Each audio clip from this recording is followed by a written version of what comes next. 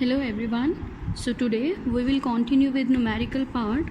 So first numerical is a series LCR circuit is connected to 220 volt variable frequency AC source. हमें LCR circuit given है और main supply given है 220 volt and L, C and R की value भी given है. ठीक है.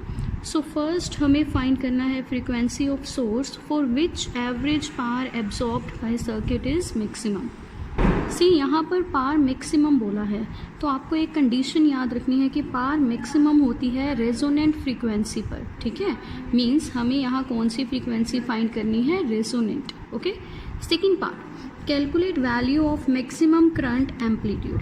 देखो यहाँ पर मैक्सिमम करंट लिखा है. मैक्सिमम वैल्यू ऑफ करंट क्या होती है, पीक वैल्यू. मींस हमें आई नोट फाइंड करना है. ठीक है, और कंडीशन क्या है, कंडीशन रेजोनेंस ही है.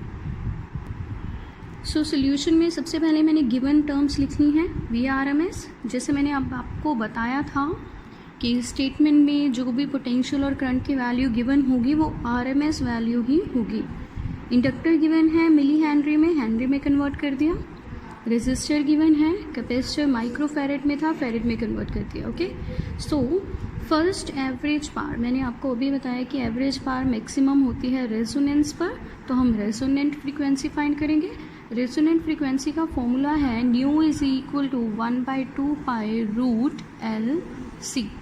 एल की वैल्यू है हमारे पास, सी की वैल्यू है हमारे पास, तो हम यहाँ से फ्रीक्वेंसी निकाल लेंगे. So frequency is equal to 1/2 pi root of L की वैल्यू, सी की वैल्यू मैंने पुट कर दी है. इसे सॉल्व करने के बाद हमारे पास फ्रीक्वेंसी आएगी 125 हर्ट्ज. सो फर्स्ट पार्ट हम सॉल्व कर चुके हैं. ओके. सेकेंड पार्ट में हमें मैक्सिमम करंट फाइंड करना है. सी हियर हमारे पास IRMS and maximum current means peak value का रिलेशन है. IRMS is equal to I naught by root 2.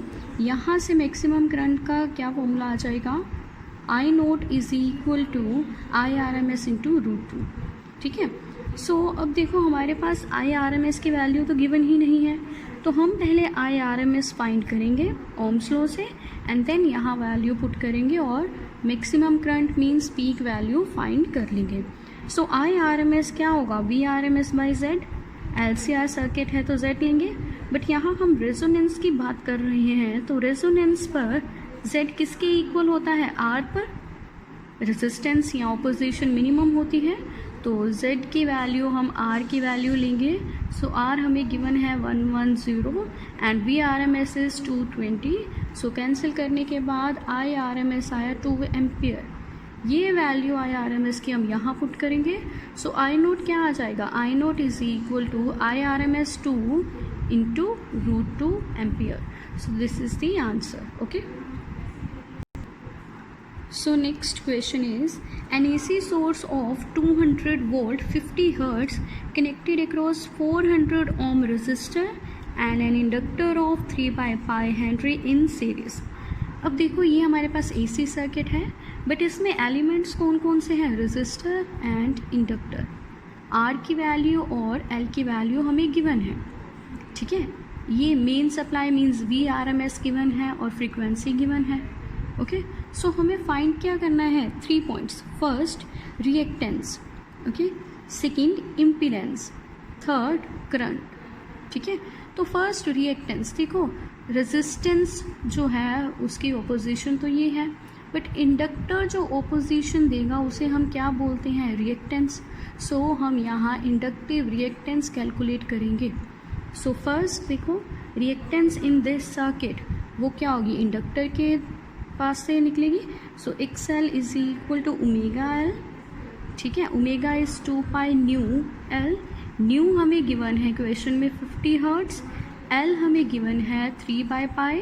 सो यहाँ से हमारे पास XL की वैल्यू आ जाएगी. सी XL 2 पाई न्यू की value it is 50 hertz into L की वैल्यू 3/pi. तो पाई कैंसिल हो जाएगा एंड मल्टीप्लाई करने के बाद XL की वैल्यू आएगी 300 ओम. सो ये रिएक्टेंस होगी इस AC सर्किट में. सेकेंड केस में हमें इम्पीडेंस फाइंड करनी है. इम्पीडेंस का फॉर्मूला LCR में ये होता है अब देखो यहाँ पर हमारे पास दो एलिमेंट्स ही हैं, रेजिस्टर एंड इंडक्टर, तो उनकी ऑपोजिशन ही हम लेंगे। तो Z इज इक्वल टू क्या हो जाएगा, root of R square plus XL square. R की वैल्यू हमें गिवन है 400, उसका स्क्वायर। एक्सएल की वैल्यू अभी अभी कैलकुलेट की फर्स्ट पार्ट में 300 का स्क्वायर। सो इसे सॉल्व करेंगे, सॉल्व करने के बाद रूट लेंगे तो इम्पीडेंस आएगा हमारे पास 500 ओम। ओके, सो थर्ड केस में उन्होंने हमें करंट फाइंड करने के लिए बोला है, सिर्फ करंट, मैक्सिमम करंट नहीं। अगर मैक्सिमम करंट बोलते तो हम पीक वैल्यू फाइंड करते, बट अभी करंट बोला है तो आरएमएस वैल्यू फाइंड करेंगे। So I R M S is equal to V R M S by Z. Ohm's law लगाया, बट यहाँ पर जो पोजीशन है वो इम्पीडेंस होगी। वी आर एम एस हम इक्वेशन में गिवन है 200, जेड अभी हम कैलकुलेट कर चुके हैं 500। So I R M S is 0.4 ampere. Okay, so next numerical is a coil of inductance 0.5 Henry and ohmic resistance 50 ohm is connected to 200 volt 50 hertz AC supply. Find maximum current in the coil. अब देखो maximum current लिखा है, maximum current का मतलब आपको यहाँ peak value find करनी है। ओके, यहाँ पर आपको पीक वैल्यू फाइंड करनी है। हमारे पास ये AC सर्किट है, इस सर्किट में दो एलिमेंट्स हैं, inductor and resistor. Okay, V R M S given है, फ्रीक्वेंसी गिवन है, तो हम maximum current I naught find करेंगे। सो मैंने यहाँ सोल्यूशन में लिखा है, here we have to find maximum current means peak value of current. So peak value and I R M S का रिलेशन है हमारे पास, ये यहाँ से हम पीक वैल्यू निकाल लेंगे। ये क्या आएगी, I naught is equal to I R M S into root 2। अब हमें I R M S find करना है, उसके लिए हम ओम्स लॉ लगाएंगे। So I R M S is equal to V R M S by Z. AC circuit है तो इम्पीडेंस होगी। सी, इसमें हमारे पास दो एलिमेंट्स हैं, रेजिस्टेंस एंड इंडक्टर, तो इम्पीडेंस हम उनके रिस्पेक्टिवली निकालेंगे, इन दो एलिमेंट्स के। सो Z का फॉर्मूला मैंने लिखा है root of R square plus XL square. R की वैल्यू है हमारे पास, एक्सएल को हम लिखेंगे ओमेगा एल, ओमेगा को फिर न्यू में चेंज करेंगे। सो नेक्स्ट स्टेप ने इसे लिख दिया है 2 पाई न्यू एल। न्यू है हमारे पास, एल है हमारे पास, तो ये वैल्यू सॉल्व करने के बाद आएगी 157 और ये एक्सएल है, सो ओम। सो इसके बाद हम सॉल्व करेंगे एंड रूट लेंगे तो हमारे पास इम्पीडेंस आएगा 164.7 ओम। अब हम आई आर एम एस निकाल सकते हैं। वी आर एम एस हमें गिवन है, so I R M S is equal to V R M S 200 divided by Z impedance, तो ये आएगी हमारे पास 1.21 एम्पियर वैल्यू। अब हम आई नोट निकाल सकते हैं। आई नोट था हमारे पास I R M S into root 2, तो दोनों को मल्टीप्लाई कर दिया है, so it is 1.71 ampere. So ये रिक्वायर्ड आंसर है हमारा। Okay, so next numerical, a sinusoidal voltage V is equal to 200 sin 314t is applied to a resistor of 10 ohm. So calculate first RMS value of voltage, second RMS value of current, third power dissipated as heat in watt. Okay, सो इस question में हमें voltage supply given है, resistor given है, हमें RMS value पहले voltage फिर current की find करनी है एंड पावर डिसिपेटेड फाइंड करनी है। ओके, सो सॉल्यूशन में सबसे पहले मैंने गिवन लिखा है V is equal to 200 sine 314t। So इसे कंपेयर करेंगे हम जनरल इक्वेशन से। जनरल इक्वेशन क्या होती है, V is equal to V naught sine omega t. V naught के प्लेस में हमारे पास क्या आ रहा है 200। So peak value of voltage तो हमें गिवन है, यहाँ से हम अपना फर्स्ट स्टेप ईजिली कैलकुलेट कर सकते हैं, वो है V R M S find करना। So V R M S and peak value of voltage का रिलेशन है हमारे पास ये। सो यहाँ वी नोट की वैल्यू पुट करेंगे तो हमारे पास क्या आएगा, देखो 2/√2, इसे मैंने लिख दिया 10⁻²।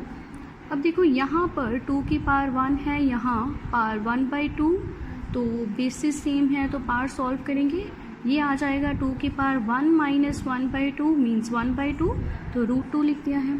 We R M S is √2 into 10⁻² volt. First तो हो गया। सेकेंड उन्होंने बोला है करंट की RMS वैल्यू फाइंड करें। ओम्स लॉ लगाएंगे, IRMS is equal to VRMS by R।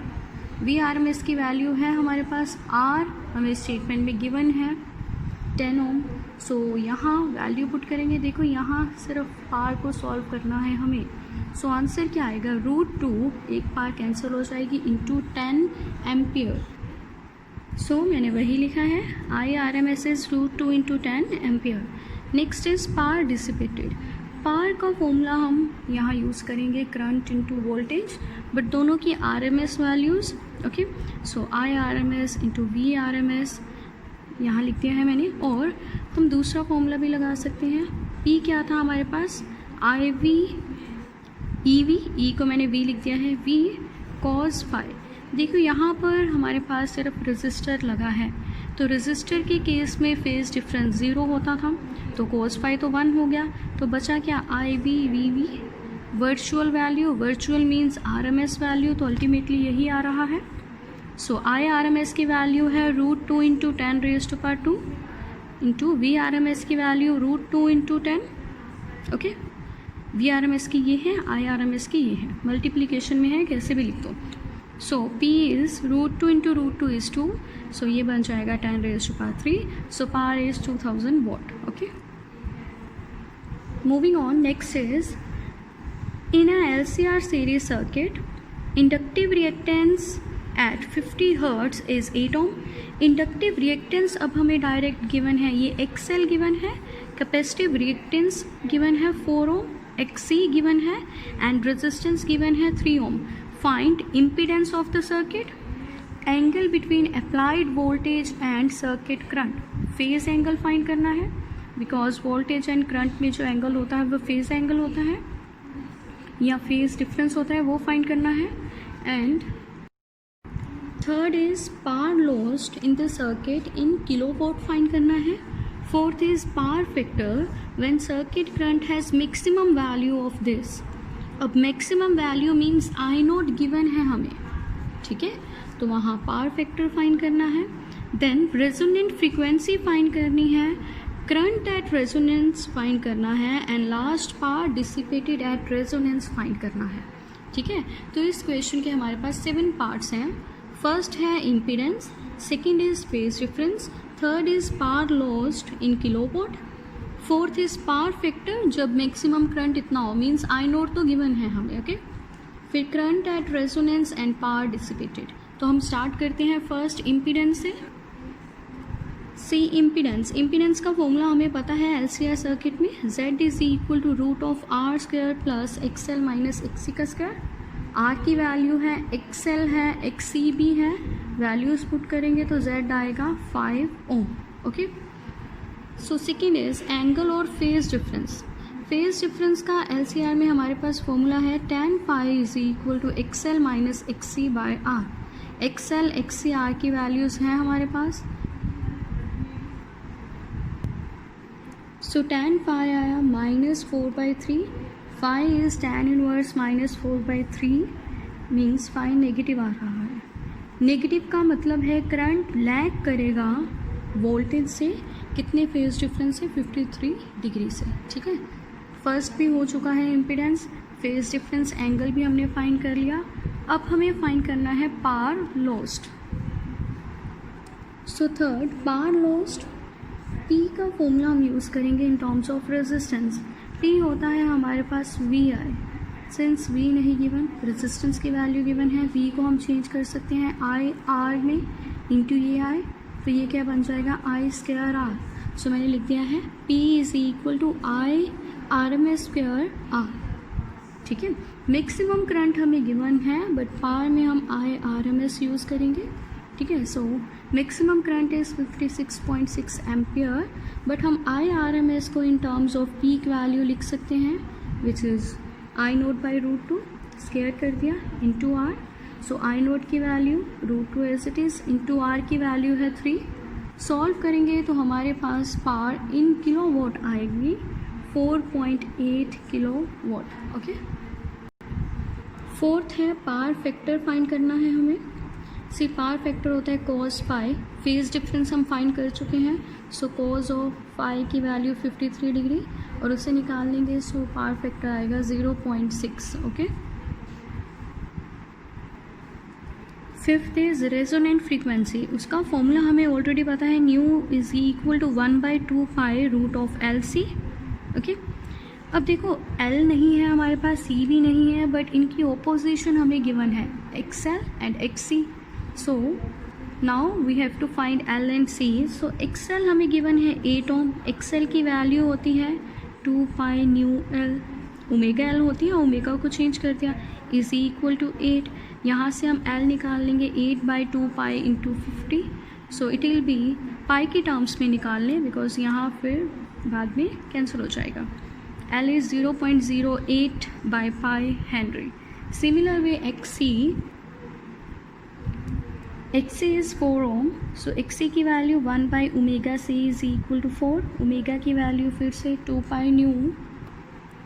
So 1/2 pi nu C, omega C था, is equal to 4. यहाँ से C आ जाएगा 1/2 pi into 50 into 4. Okay, 50 is frequency. फिर से हम C को पाई की टर्म्स में निकालेंगे. It is 0.0025 by pi farad. ठीक है. अब resonant frequency nu is equal to 1/2 pi root LC. अब देखो LC में ये pi into pi, pi square हो जाएगा. इसको जब हम बाहर लेंगे रूट के साथ ये अकेला पाई बचेगा, पाई कैंसिल हो जाएगा. ओके. फिर सिंपली हम यहाँ से पॉइंट्स हटाएंगे, पाई कैंसिल करने के बाद ये आएगा एंड इसे मल्टीप्लाई करेंगे और सॉल्व करेंगे तो हमारे पास वैल्यू आएगी फ्रीक्वेंसी की 35.4 हर्ट्ज़. ओके.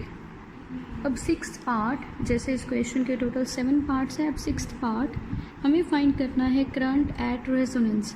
सो रेजोनेंस पर जो हमारे पास इम्पीडेंस होती है वो रेजिस्टेंस की इक्वल होती है. सो मैंने लिख दिया है at resonance Z is equal to R. तो हमें करंट फाइंड करना है, ओम्स लॉ लगाएंगे, करंट RMS ही होगा. ओके. Current is equal to V RMS by R. Z नहीं लेंगे, सिर्फ R. रेजोनेंस पर आपको ये कंडीशन याद रखनी है. ओके. अब हमें V RMS फाइंड करना है. V RMS is equal to I RMS into Z. Ohm's law लगाया.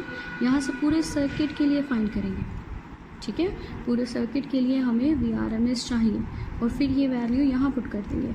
अब देखो Z लिया मैंने यहाँ बिकॉज सर्किट कंसीडर किया. I RMS होता है I0 by √2 into Z. Okay. So ये वैल्यू V RMS की हम यहाँ पुट कर देंगे. तो करंट क्या आएगा, current I is equal to V RMS की value I0 by √2 into Z, I0 by √2 into Z और ये R यहाँ पर. ओके. वैल्यूज़ पुट करेंगे तो करंट की वैल्यू आएगी, सॉल्व किया, I0 हमारे पास गिवन है एक पार्ट में ही 56.6 एम्पियर. ठीक है. सॉल्व किया तो करंट आया 66.7 एम्पियर. ठीक है. अब last power lost at resonance, तो हम power loss at resonance find करेंगे. करंट एट रेजोनेंस हमारे पास कितना आया, ये करंट की वैल्यू हम यूज़ करेंगे. ठीक है. So P is equal to I square R. I की वैल्यू एट रेजोनेंस लेंगे विच इज 66.7 का square into R. So we get power is equal to 13347 watt. ठीक है.